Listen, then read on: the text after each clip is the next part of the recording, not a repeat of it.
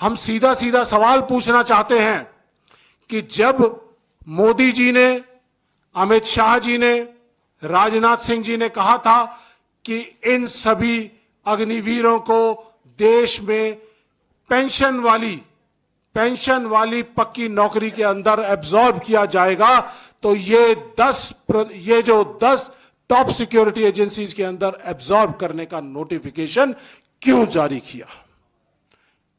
इसके जरिए उन्होंने कई जगहों पे कहा है कि इस 4 साल सेना से सरकार के खर्चे के ऊपर इनकी ट्रेनिंग होगी, उसके बाद इनको एम्प्लॉय किया जाएगा। तो इसका मतलब आपने पहले से तैयारी कर रखी थी कि इनको अडानी की, अंबानी की प्राइवेट आर्मीज बनाने दिया जाएगा। आपने देखा होगा हाल में जो हमारे वैगनर आर्मी यूक्रेन और रशिया के युद्ध के अंदर इस्तेमाल की गई प्राइवेट आर्मीज थी, जो पूरे वर्ल्ड में से अलग अलग युवाओं को लेकर उसमें झोंक दिया गया लड़ाई के अंदर।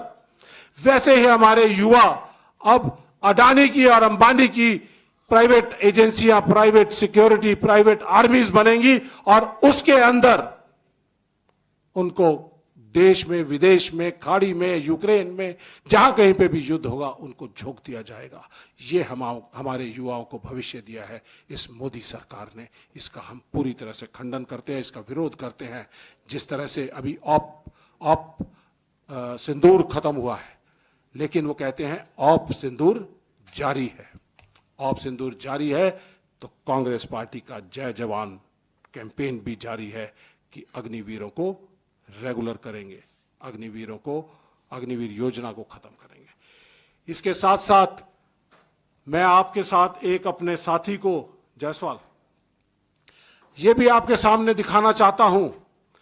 मोदी सरकार ने इस युवा के साथ जो अग्निवीर था, 1.5 साल तक नौकरी की, ब्लास्ट के अंदर इसकी उंगली चले गई। अगर ये रेगुलर सैनिक होता तो इसको ईएमई में, सर्विसेज के अंदर एब्जॉर्ब कर लिया जाता। लेकिन इस लड़के को देख सकते हैं, इस लड़के को अग्निवीर होने के नाते इसको बाहर निकाल दिया गया, कोई बेनिफिट नहीं दिया गया। राहुल गांधी जी ने बिहार यात्रा के अंदर 2 महीने पहले इस लड़के की आवाज को उठाया था। उसके बाद डिफेंस मिनिस्ट्री जागी और उसके बाद कांटेक्ट किया गया, लेकिन अभी भी कोई भी इनको जो बेनिफिट्स हैं वो नहीं मिल पाए। साथियों, ऐसे एक जायसवाल नहीं, अमरनाथ जायसवाल एक नहीं है, ऐसे सैकड़ों बच्चे हैं जिनको बाहर निकाल दिया गया। अगर ये रेगुलर सैनिक होते तो इनको एब्जॉर्ब किया जाता। कांग्रेस पार्टी इनको न्याय दिलवाने का काम करेगी।